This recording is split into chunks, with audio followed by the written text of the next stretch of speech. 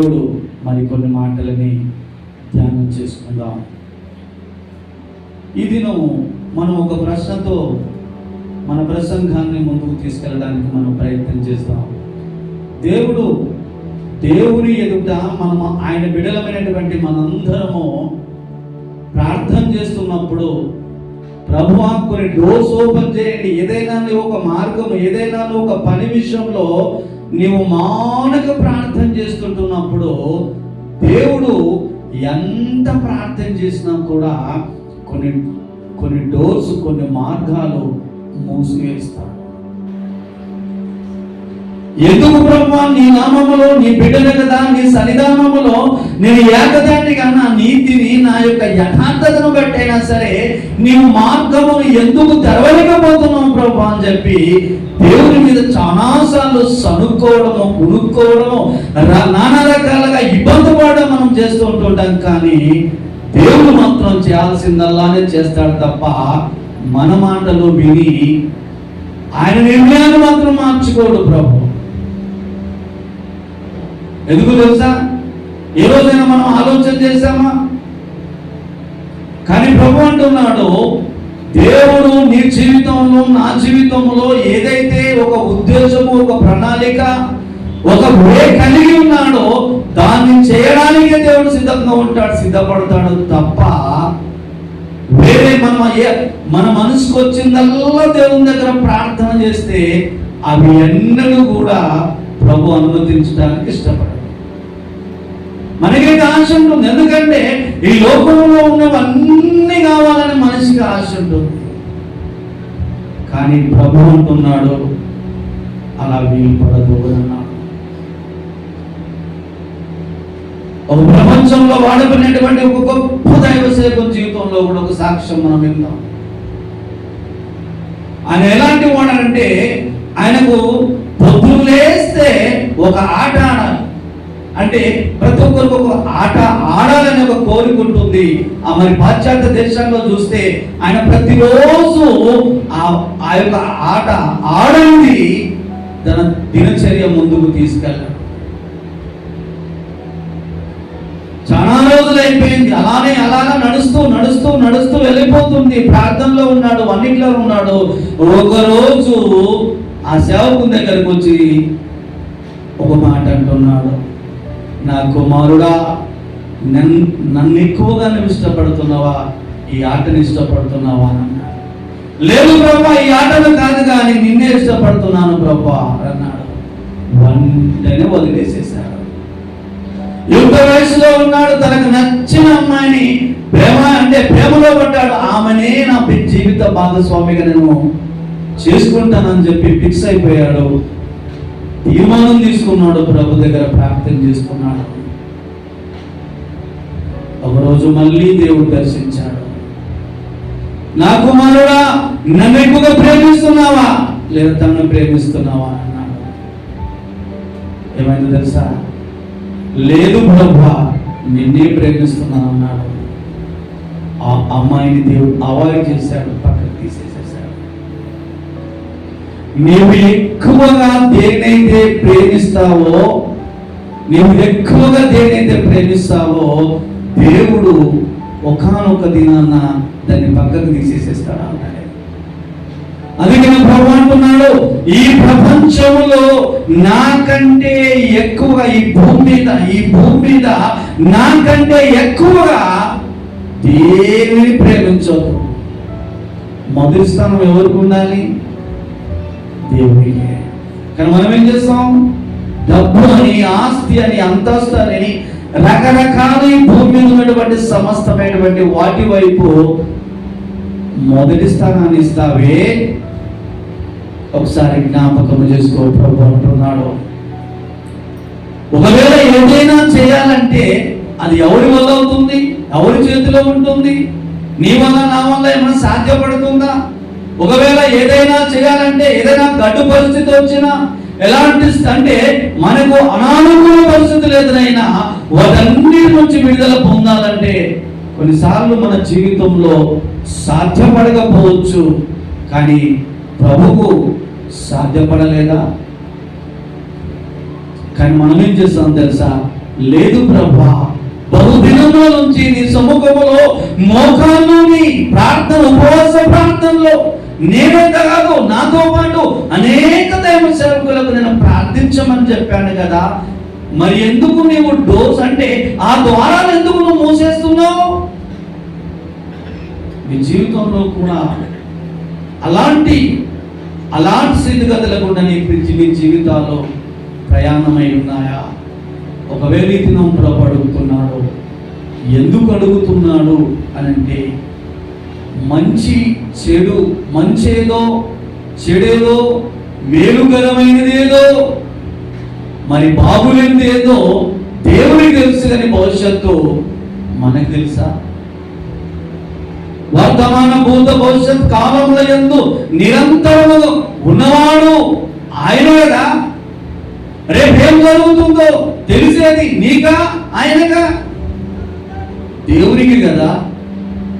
మరి ఎందుకు రేపటి దాని కొరకు ఈ రోజు నుంచే మనం ప్రయాసపడుతూ ప్రాకలాడుతూ ఉంటుంటాం? లేదు ప్రభా, ఆ ద్వారమే నాకు కావాలయ్యా అంటే దేవుడు అంటాడు, లేదు బిడ్డ, ఆ ద్వారి ఇరుకైన ద్వారి అదొద్దు, ఈ దారి గుండానే వెళ్ళు బిడ్డ అంటాడు. కానీ మనం చాలాసార్లు ఆయాసపడుతుంటాం. మీరు ఒక్కసారి జ్ఞాపకం చేసుకోండి. ఒకవేళ ఆయాసపడినా పర్వాలేదు, కానీ నీకు ఒక దినం విశాలత కలగబోతుంది. నీ ఓపికతో ప్రభు దగ్గర కనిపెట్టు. ఒక మాట చూద్దాం, కీర్తన గ్రంథం 31వ అధ్యాయము 15వ వచనంలో చూద్దాం. కీర్తన 31:15.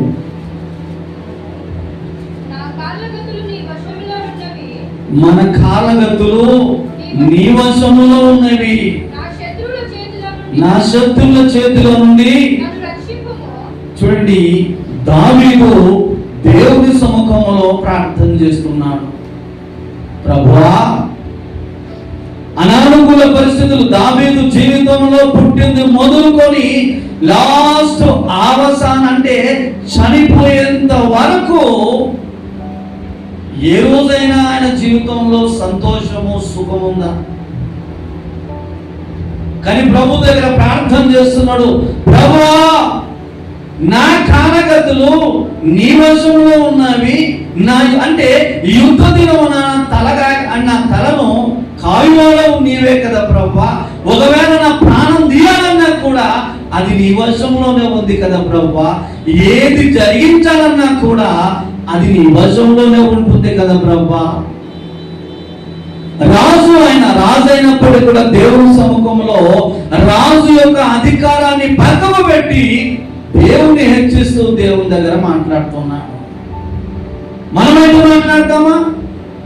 నీ ఆస్తిని చూసి, అంతస్తును చూసి, నీ ఉద్యోగమును చూసి, నీ హోదాను చూసి నీవు మత్సర పడుతుంటుంటాం కదా బహుమానులు. కానీ ప్రభు అంటున్నాడు, నీవు మొదటి స్థానము నా దగ్గర ఉండాలి. నీ డోర్స్ ఓపెన్. కొన్నిసార్లు నువ్వెంత ప్రార్థన చేసినా నీకెందుకు తెలుస్తలేవో తెలుసు అంటే బిడ్డ, ఆ ద్వారము, ఆ మార్గం మంచిదిగా. నువ్వు పదే ప్రార్థిస్తున్నావు, కానీ అది మంచిది కాదు. నీకు ఏది మంచిదో నాకు తెలుసు.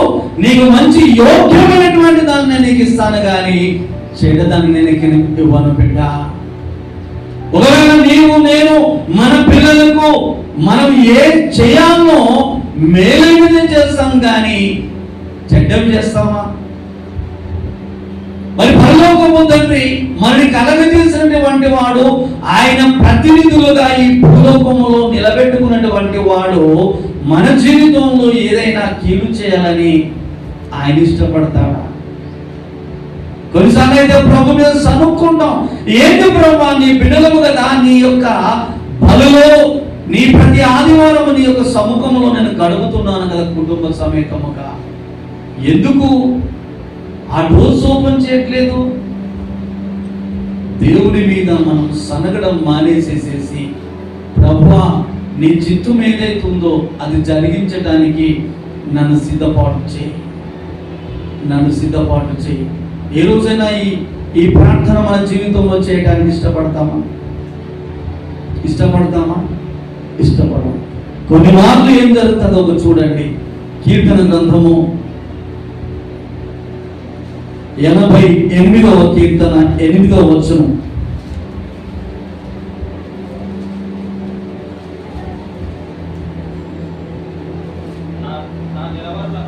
నా నిలవరులను, నిలవరులు అంటే ఎవరండి? అర్థం చెప్పండి. తెలుగులో పర్యాయ పదాలు అవన్నీ. నెలవరులు అంటే మన స్నేహితులు, దగ్గర వాళ్ళు. నైవ అంటే మన ఇరుగు పొరుగు వాళ్ళు. కొన్నిసార్లు దేవుడు నీ జీవితంలో కొన్ని మార్గాలు అక్కడనే డోర్స్ ఓపెన్ అంటే ఆ యొక్క ద్వారాలు తెరవలేకపోతున్నాడు. అంటే ఏది ప్రభా కొన్నిసార్లు అన్ని ఇబ్బందులు వస్తున్నాయి. వారందరినీ విడిచిపెట్టి వెళ్తున్నారు ప్రభా. నేను గాఢంగా స్నేహం చేసినటువంటి నా స్నేహితుడు కూడా ఆపత్కాల సమయంలో నన్ను వదిలేసి వెళ్ళిపోయాడు. ఒకవేళ నీ దేవుని సముఖములో ఆయన ప్రణాళిక నెరవేర్చుకోవడానికి కొన్ని డోర్స్ మూసేస్తాడు. కొన్నిసార్లు నీ స్నేహితులను కూడా కొంతమందిని దూరం చేస్తాడు. నీ వ్యాపారంలో ఒకవేళ వ్యాపారంలో పార్ట్నర్ అంటే ఇద్దరు పార్ట్నర్గా నువ్వు చేస్తావు. కొన్ని సమయాల్లో పార్ట్నర్ కూడా పక్కకు తీసేసేస్తాడు. ఏ ఆలోచన చేసినా కూడా దేవుడు మన ఎడల యోగ్యమైనది చేస్తాడు తప్ప అయోగ్యమైనది ఎప్పుడు చేయడు. అబ్రహాము జీవితంలో, లోతు జీవితంలో కూడా జరిగింది అదే. బాబు అబ్రహామును పిలిచాడు. అబ్రహామును రానాయనంటే ఎక్కడికి రావాలి ఆయన అంటే నువ్వు అవన్నీ మాట్లాడకు, నువ్వు రానన్నాడు అంతే. దేవుని పిలుపుకు లోబడి వస్తూ ఒక్కడే వచ్చాడా?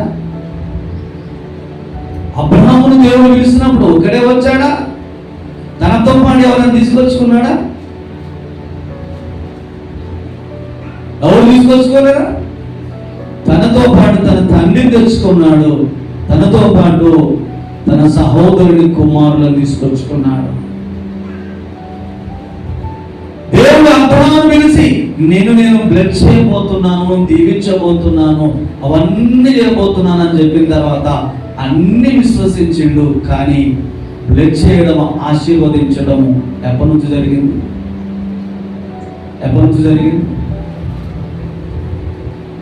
మనం ఎప్పుడైనా బైబిల్ చదివి దేవుని మాటలు కొద్దిగా క్షుణ్ణముగా పరిశీలన చేస్తే మన జీవితంలో కూడా మన ఆశీర్వాదాలు అడ్డుకునేటటువంటి వాళ్ళు చాలా ఉంటాయి. లోతు అబ్రహామును వదిలేసి వెళ్ళిపోయేంత వరకు స్టార్ట్. ఏందండి మీ దేవుడు, వాస్తవం చాలా మంది అంటుంటారు ప్రభుని, ఏందండి మీ దేవుడు చాలా స్వార్థపరుడు ఎందుకు అంటారు. దేవుడు ఎవరిని ఎప్పుడు ఎట్లా ఏం చేయాలో ఆయన తెలుసు.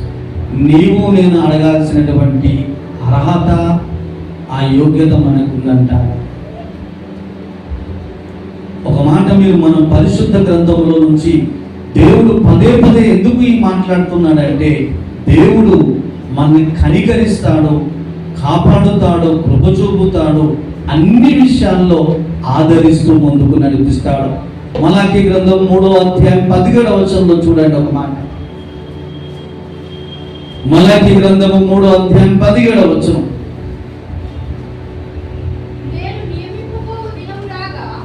నేను నియమింపబడము అంటే ఒక దినము రాగా వారు నా వారై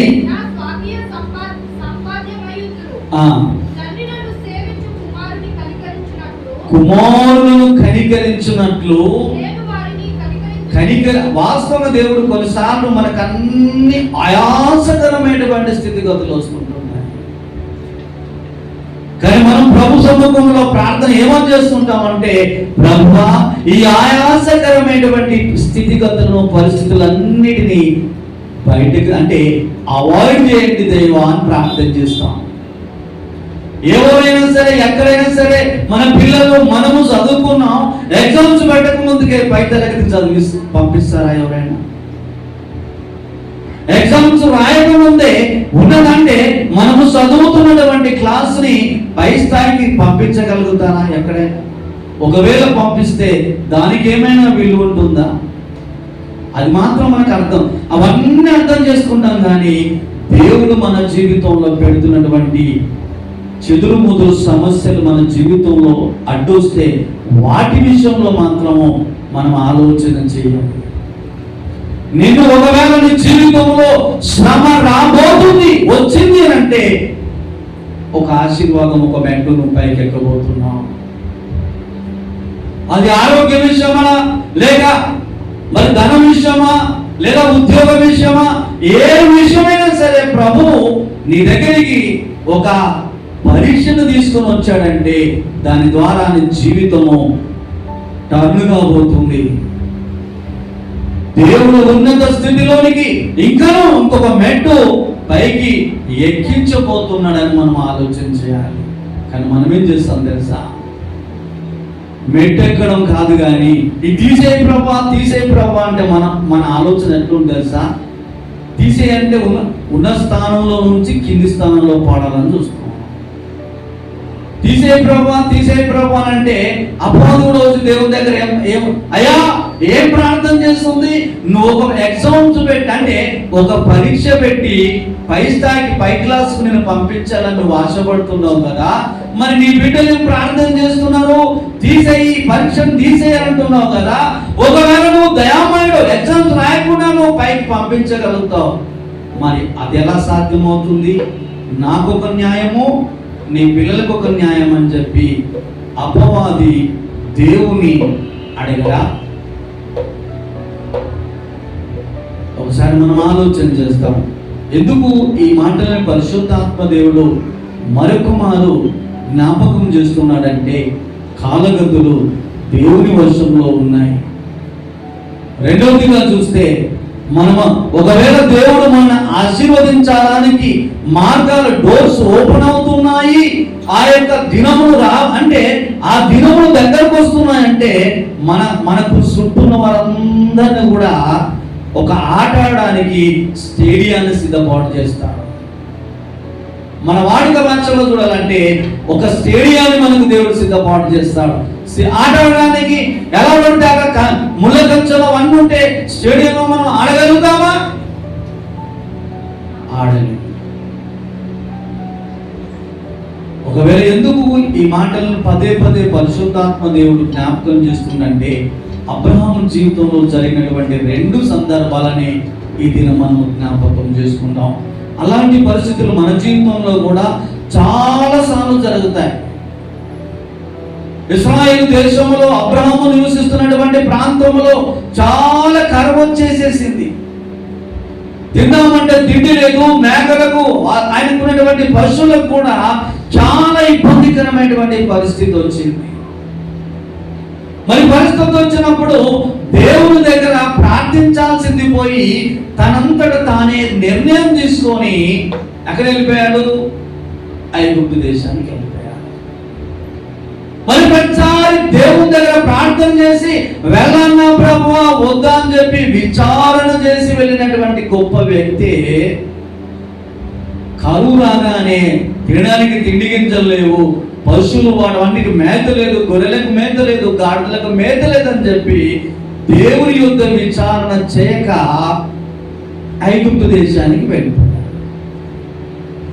ఐగుప్తు దేశానికి వెళ్ళిన వెంటనే అక్కడ చాలా ఘోరమైనటువంటి పరిస్థితులు ఆయనకు ఎదురైనాయి. ఆ సందర్భం కూడా ఎక్కడ ఉందో చూడండి.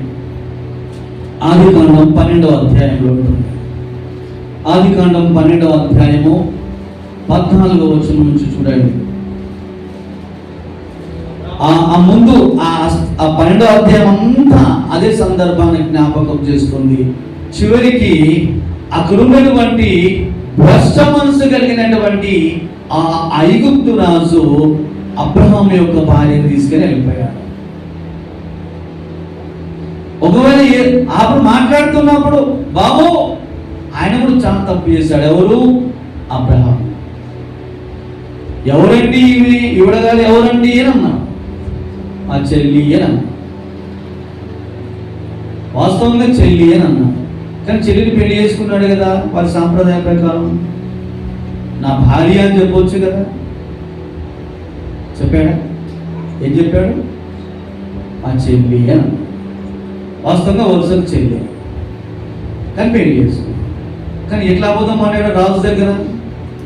ఒక్క అబద్ధం ఆడి ఒక మార్గం, అంటే తన శరీర అంటే ఆశల కొరకు ఒక ఆయనంతా ఆయన్ని ఒక మార్గాన్ని ఏర్పాటు చేసుకున్నాడు. కానీ ప్రభు ఏం చేశాడు? ఈయన యొక్క తప్పు నడవడి తప్పు మార్గం వేసుకున్నాడు కాబట్టి ఫరో కుటుంబాన్ని మొత్తం దేవుడు మొత్తేసేసాడు. అక్కడ ఈయన తీసుకున్న నిర్ణయాన్ని బట్టి ఫరో కుటుంబంలో వేదన కలగజేశాడు. ఆమె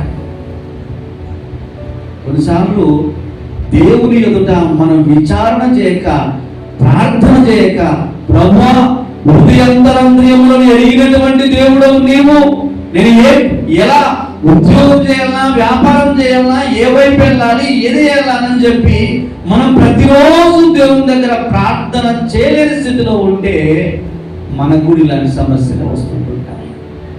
కానీ అబ్రహాం చాలా ప్రార్థన చేసేటటువంటి వాడు. వాస్తవం చెప్పాలంటే దేవుని స్నేహితుడుగా పిలువబడినటువంటి ఈ అబ్రహామే. మనం కూడా అప్పుడప్పుడు మనకు గర్వం వచ్చేస్తుంటుంది. నేను దర్శనం చూస్తున్నాను, భాషలు మాట్లాడుతున్నాను, నేను ప్రాపోజల్స్ చెప్తుంటున్నాను, నాకెవరున్నారయ్యా ఎదురు, అలా అనుకున్నదేమో మరి అబ్రహాం. కానీ చివరికి ఏమైపోయింది? తను తీసుకున్నటువంటి నిర్ణయం వలన ఫరో కుటుంబం మొత్తము వేదన కలిగింది.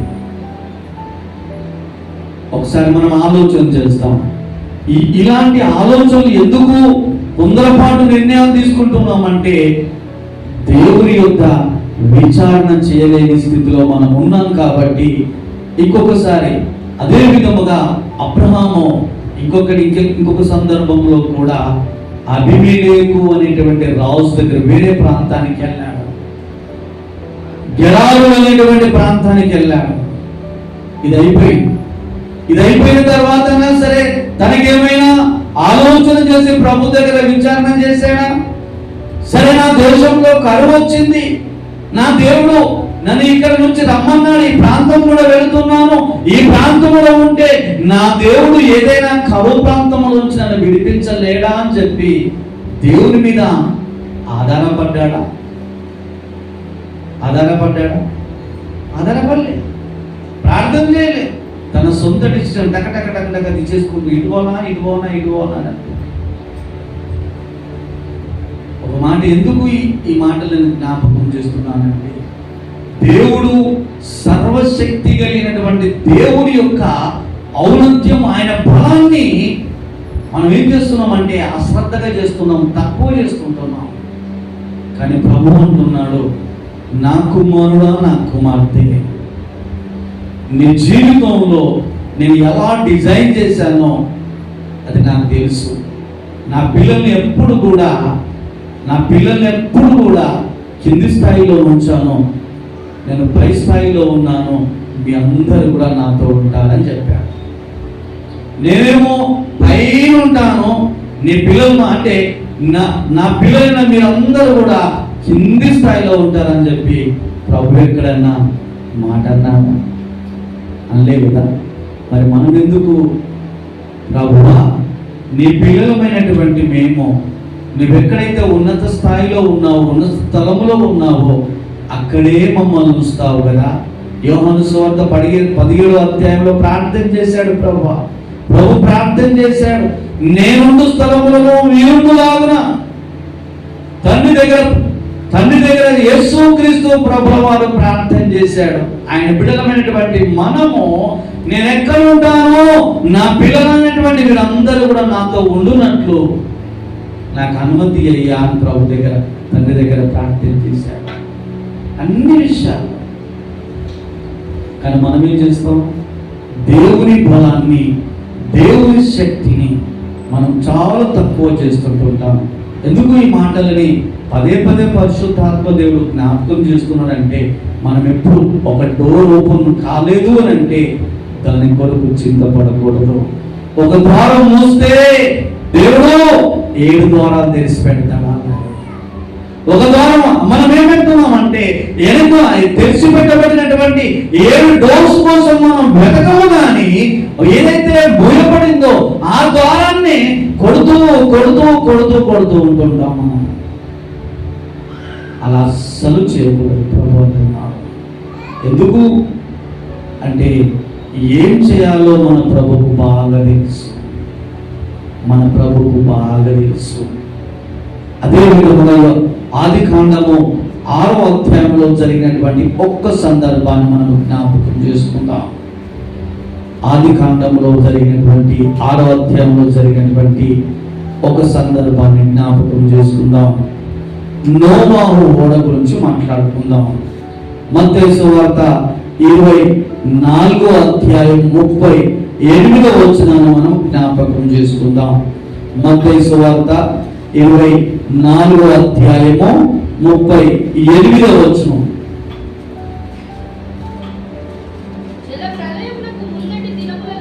జల ప్రళయమునకు ముందటి దినములలో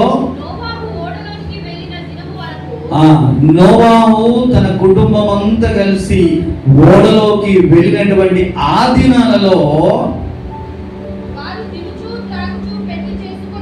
ప్రజలు ఎలా ఉన్నారంటే చాలా దౌర్భాగ్యపు స్థితిలో ఉన్నారు. తినుచు తాగుచు ఏకరమైనటువంటి స్థితిగతుల గుండా వెళుతుంటున్నారు.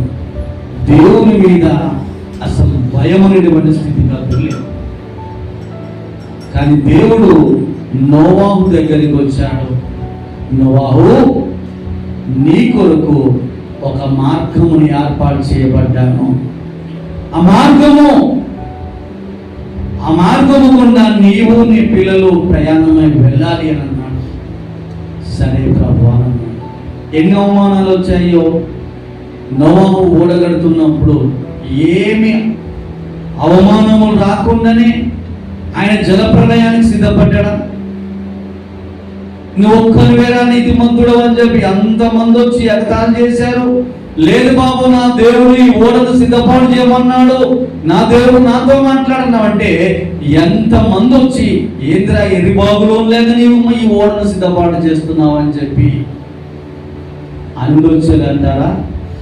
ఎవరు అనలేదంటారా? ఏదైనా నీ జీవితంలో ఏదైనా మంచి పని చేయడానికి నువ్వు పూనుకుంటే నిన్ను ఆటంకపరచడానికి నీ ఇరుగు పొరుగు వారు, నీ ఇంటి వారు ఏమాత్రము ఆటంకాలు చేయరా? చేస్తారు కదా. ఒక పని చేస్తున్నప్పుడు నీవు నీ దర్శనము, నీ గురి ఏదైతే ఉందో దేవుడు చెప్పినటువంటి గురి మీద అంటే ఆ మార్గం మీద ఉండాలి. కానీ ఇరుగుతున్న వారు ఏమంటున్నారో, ఏదంటున్నారో, వాళ్ళు ఎంత రభస పెడుతున్నారో అవన్నిటినీ మన హృదయంలోంచి బయటకు తీసివేయాలి. ఒకవేళ తీసివేయకపోతే నువ్వు చేరాల్సినటువంటి గమ్యస్థానానికి మాత్రం నువ్వు చేరలేవు. ప్రభు అంటున్నాడు,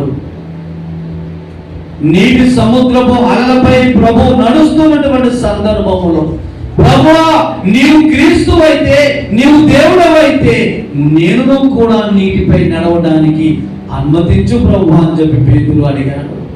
సరేనన్నా కుమారుడా రండి అని అన్నాడు. ఏమైంది?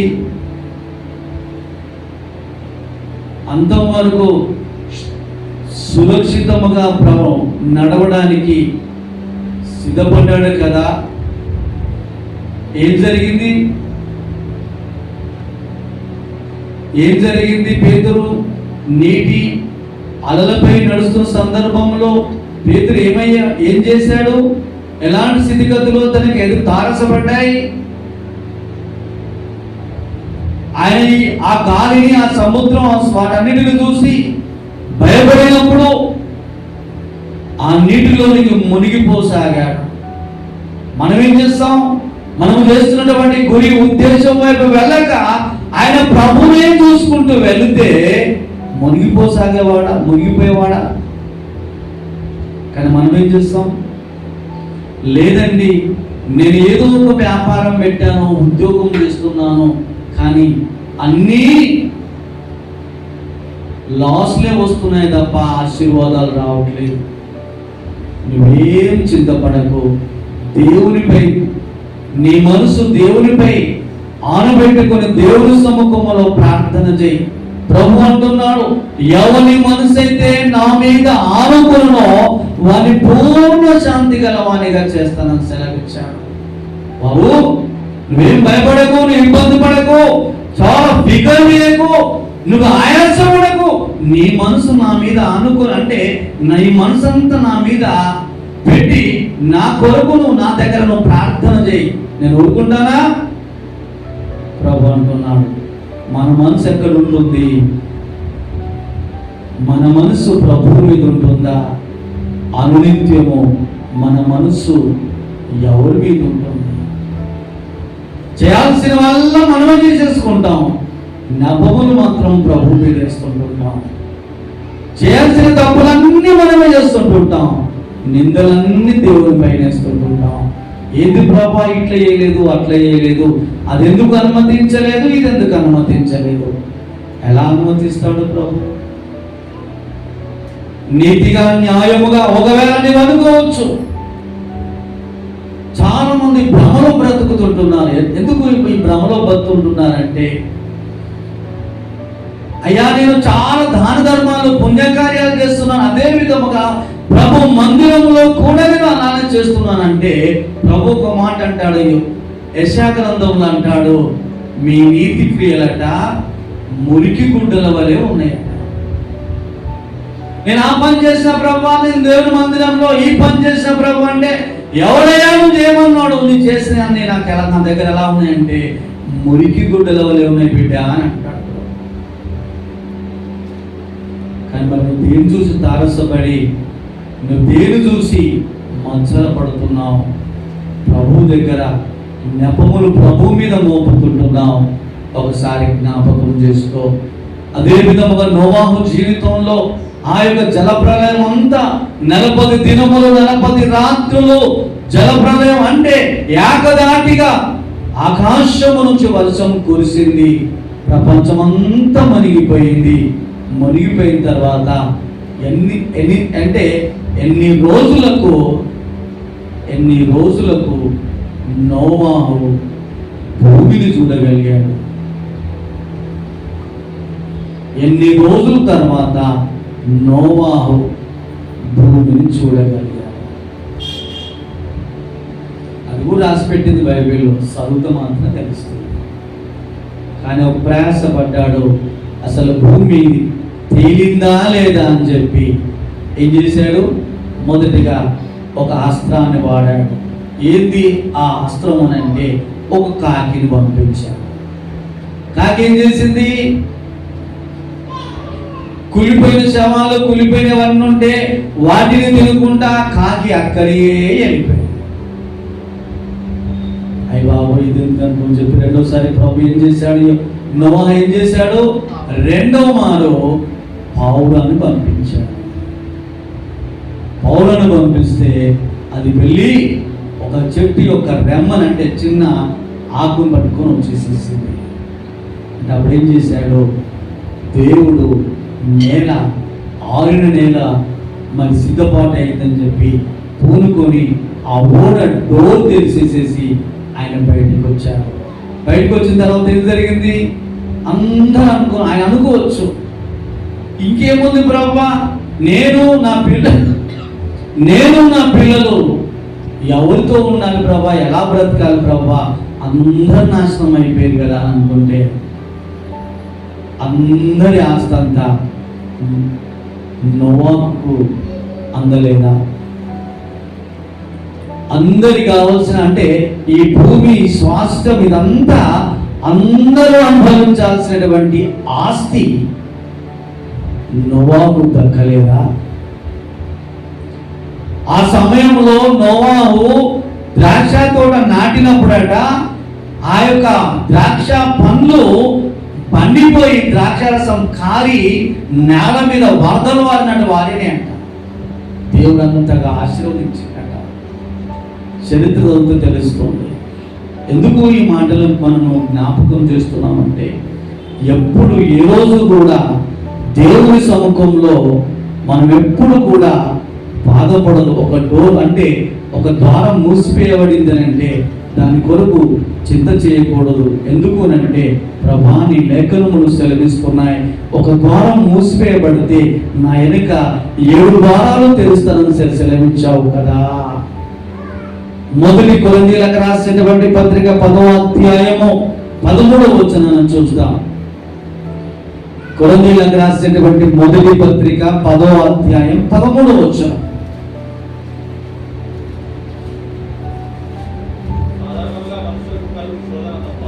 సాధారణముగా మనుషులకు కలుగు శోధన తప్ప దేవుడు నమ్మదగినటువంటి వాడు. నువ్వెంతైతే భరిస్తావో, సహిస్తావో, మోస్తావో దానికంటే ఎక్కువగా దేవుడు నిన్ను ఆయాస పెట్టాడు, బాధ పెట్టాడు. అంతేకాదు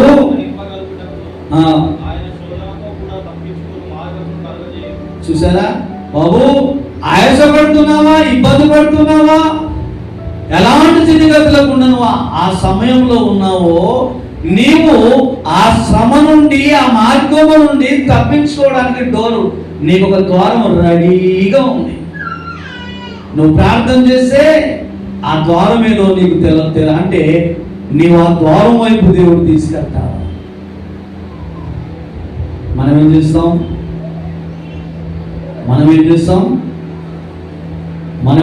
ఒక మాట చెప్పండి. ఆ ద్వారం కొరకు మనం ఆలోచించి చివరిగా ఒక్క చిన్న మాట చెప్పేసి మనం ముగింపుగా వెళ్ళిపోతాం. అబ్దుల్ కలాం గారు చాలా సందర్భాల్లో మనం జ్ఞాపకం చేసుకున్నాం. ఒక బీద కుటుంబం నుంచి మన భారతదేశానికి అత్యున్నతమైనటువంటి స్థానంలో దేవుడు తను నిలబెట్టాడు. ఆయన గోల్ ఎలా ఉంది? బీద కుటుంబం. వాస్తవం చెప్పాలంటే తన అక్క తనకున్నటువంటి విలువైనటువంటి గాజులు అవన్నిటినీ కుదురు పెట్టిందో, అమ్మేసిందో. ఆ డబ్బులతోటి అబ్దుల్ కలాం గారు మంచి ఉన్నత స్థితిలో చదువుకుంటూ వచ్చారంట. చదువుకుంటూ చాలా ఉన్నతమైనటువంటి స్థితిలోకి వెళ్ళిపోయాడు. ఆయనకి ఏం కావాలని ఉంది ఆశ తెలుసా? చాలా మంది తెలుసు మీకు. ఆయనకి ఏం కావాలన్నా ఫస్ట్ ఆశ ఉంది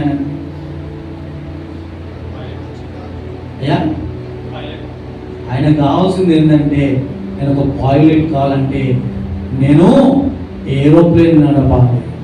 అది యుద్ధ విమానమా లేదా ప్యాసింజర్ విమానమా ఆ తర్వాత మాట. ఆయనకి ఏందో గోల్ ఏంటంటే నేను ఒక పైలట్ కావాలి. ఒకరోజు ఏమైపోయింది, ఇంటర్వ్యూకి వెళ్ళిపోయాడు. ఆల్రెడీ లైన్ ఏముంది, చాలా భారీగా లైన్ ఉంది. అయిపోయింది లైన్లో ఉన్నారు. అందరికీ ఇంటర్వ్యూ జరుగుతుంది.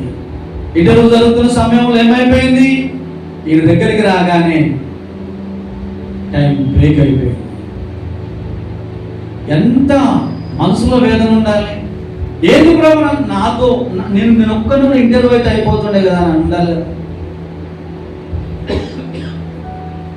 కానీ దేవుడు ఏం చేశాడు, డిఫెన్స్ రంగంలోకి తీసుకొచ్చి ఆయనకు మన భారతదేశంలో మన భారతదేశ రక్షణ కొరకు డిఫెన్స్లో ఉండి ఎన్ని అత్యుత్తమైనటువంటి ఆ యొక్క ఆయుధాలని దేవుడు తన మధ్యలో నుంచి తయారు చేయడానికి వాడుకున్నాడు. అందుకని ఎప్పుడు కూడా ప్రభు దగ్గర మనం ప్రార్థన చేయాల్సింది ఏంటంటే, యెషయా గ్రంథంలో చాలా స్పష్టంగా ప్రభు మాట్లాడతాడు, నా తలంపులు వేరు, నీ తలంపులు వేరు. ప్రభు కూడా ఆ యేసుక్రీస్తు ప్రభువు కూడా ఆయన గెత్సేమనే తోటలో ప్రార్థన చేసినప్పుడు, ప్రభువా నీ చిత్తమైతే ఈ గిన్నెను నా నుండి మీరు తొలగించండి అని అన్నాడు. మళ్ళీ రెండో మాట ఏమన్నాడంటే, అది నీకు ఇష్టమైతే నేను అన్నాడు. మళ్ళీ కానీ ప్రభు యెషయా గ్రంథంలో ఏమంటాడంటే, నా తలంపులు వేరు, మీ తలంపులు వేరు. మీరు ఏదో ఆలోచన చేసుకుంటారు, అది పనికిరాం. కానీ నేను మీ కొరకు శ్రేష్టమైనటువంటి ఆలోచన చేసి పెట్టాను. నేను మీ అందరి కొరకు శ్రేష్టమైనటువంటి మార్గాలు ఏర్పాటు చేసి పెట్టాను. మీ జీవితం కొరకు కావలసినవన్నీ. కానీ మనం ఎప్పుడు కూడా దేవుడు మన నిజ జీవితంలో, అనుదిన జీవితంలో ఏదైనా అనానుకూల పరిస్థితులు వచ్చినా, మరి నీ జీవితంలో చెదురుమదురు సమస్యలు వచ్చినా వాటిని ప్రభువా తీసివేయి అని ప్రార్థన చేయకు. కానీ దాన్ని ఎదుర్కోవడానికి నీ బలమును నాకు ఇవ్వు ప్రభువా. నేను ఎగ్జామ్స్ రాయడానికి నాకు ఏ విధమైన జ్ఞాపక శక్తి కావాలని పిల్లలు, చదువుకునే పిల్లలు ప్రార్థన చేశారో, శ్రమ అనుభవిస్తున్నటువంటి నీవు నేను ప్రభు సహాయం కోరితే నేను ఎంత ఈజీగా ఎగ్జామ్స్ నుంచి పై స్థాయికి తీసుకెళ్తాడు. కానీ మనం చేస్తుంది ఏంటి? ఏం చేస్తాం?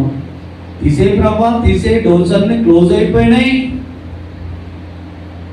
దయచేసి మనం ఎప్పుడు కూడా మన జీవితం నిరాశ నిస్పృహలకుండా దేవుడు తీసుకెళ్తున్నానంటే ఒక ఉన్నతమైనటువంటి స్థితిలో నిలబెట్టడానికి దేవుడు గొప్ప కార్యం చేస్తాడు. ఇంకొక మాట ఏంది అని అంటే, సొదొమ గొమొర్రా అంటే లోతు అబ్రహాం జీవితంలో చూస్తే ఇద్దరు కొట్లాట పెట్టుకున్నారు. వాళ్ళిద్దరు అన్నదమ్ములు కొట్లాట పెట్టుకున్నారు. వీళ్ళ పనులు వాళ్ళ పనులు కొట్లాట పెట్టుకున్నారు. ఏమైపోయింది? కొట్లాట పెట్టుకున్న వెంటనే ఏమైపోయింది? తమ్ముడు, నీవు నేను మనం కొట్లాడుకొని నీవు నేను మాటలనుకుంటే బాగుండదు కనుక, ఒకవేళ నీకు ఇష్టమైతే నువ్వు ఎటు పోతావో చూడు. నువ్వు తూర్పుకు పోతే నేను పడమటికి పోతా, నువ్వు పడమటికి పోతే నేను తూర్పుకు పోతా తమ్ముడు అని చెప్పాడు లోతుతోటి. లోతు ఏం చేశాడంటే, సొదొమ గొమొర్రా పట్టణంలో చూస్తే మంచి అంటే పశువులకు వాటన్నిటికి కావలసిన మేత ఉంది, పచ్చగా ఉన్నాయి, నదులు అన్నీ ఉన్నాయి. వెంటనే నేను ఇటు పోతానని చెప్పాడు. సొదొమ గొమొర్రాల వైపు అబ్రహాం ఏం చేశాడు? ఎడారి వైపు. ఈరోజు కూడా ఎడారి దేవుడు అబ్రహామును ఆశీర్వదించిందంటే ఆ ఎడారిలో ఉన్నటువంటి ఆశీర్వాదం అంత అంటే ధనము కలిగినటువంటి దేశాలు ఎక్కడున్నాయి ప్రపంచంలో. ఆయన బ్లెస్సింగ్ అలా ఉంటుంది, ఆయన చెప్పింది చేస్తే అలా ఉంటుంది. కానీ అబ్రహాం ఎప్పుడు ఏంది ప్రభువా, ఎక్కడ చూసినా ఈ బండలు ఇసుకరాల్లో ఉన్నాయి కానీ ఎక్కడ సేద్యపరచడానికి పొలం లేదు ప్రభువా, గొర్రెలు వేయడానికి, మేకలు వేయడానికి, గాడిదలు వేయడానికి అసలు గడ్డి కలిగినటువంటి ప్రాంతాలే ప్రభు అని చెప్పి దేవుని మీద సనుక్కున్నాడా?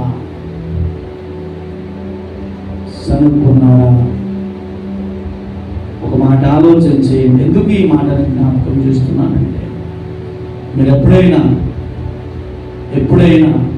అరేబియా అంటే అరబ్ దేశానికి దుబాయ్ పరిసర ప్రాంతాలకు వెళ్తే అక్కడ ఆ పర్వతాలు ఎలా ఉంటాయంటే, ఇంచుమించు కొంచెం ఛాయగా చెప్తాను వినండి. అనంతపూర్ డిస్టిక్ వెళ్తే అట్లుంటాయో, అనంతపూర్ డిస్టిక్ వెళ్తే అనంతపూర్ ఆ పరిసర ప్రాంతాలు, బళ్ళారి, అదేవిధంగా ఆ ప్రాంతాలకు వెళ్తే ఎలా ఉంటాయంటే అసలు ఆ కొండలు ఉంటాయి. ఎక్కడ కూడా కొండల పైన కొంచెం కూడా మట్టి ఉండదు. అలాంటి కొండలు మన ఆంధ్రలో లేవు. ఎందుకంటే సింగరాయకొండ పరిసర ప్రాంతాలకి, అదేవిధంగా బద్వేలు వెళ్ళినప్పుడు కూడా మన దగ్గర ఎలా ఉంటుందనంటే ఆ కొండలు కూడా మధ్యలో మట్టి ఉంటుంది, చెట్లు ఉంటాయి. అరబ్ దేశంలో మాత్రం ఒకటే బండలాగా మధ్యలో ఎలా ఉంటుందంటే ఒక్క మట్టి ఉండదు, చెట్టు ఉండదు. ఎడారి ప్రాంతం ఉంటుంది, మొత్తం ఎడారే. కానీ ఆ దేశం ఎంత ఆశీర్వదించారు దేవుడు. కానీ సనుక్కున్నాడు అబ్రహాం. మనమైతే మాట్లాడుకుంటున్నాం, ఇంకేం దేవుడు ఉన్నాయనా అని చెప్పి, నువ్వు లేవు ఏం లేవు అని చెప్పి గిన్నె బోధించేవారమేమో.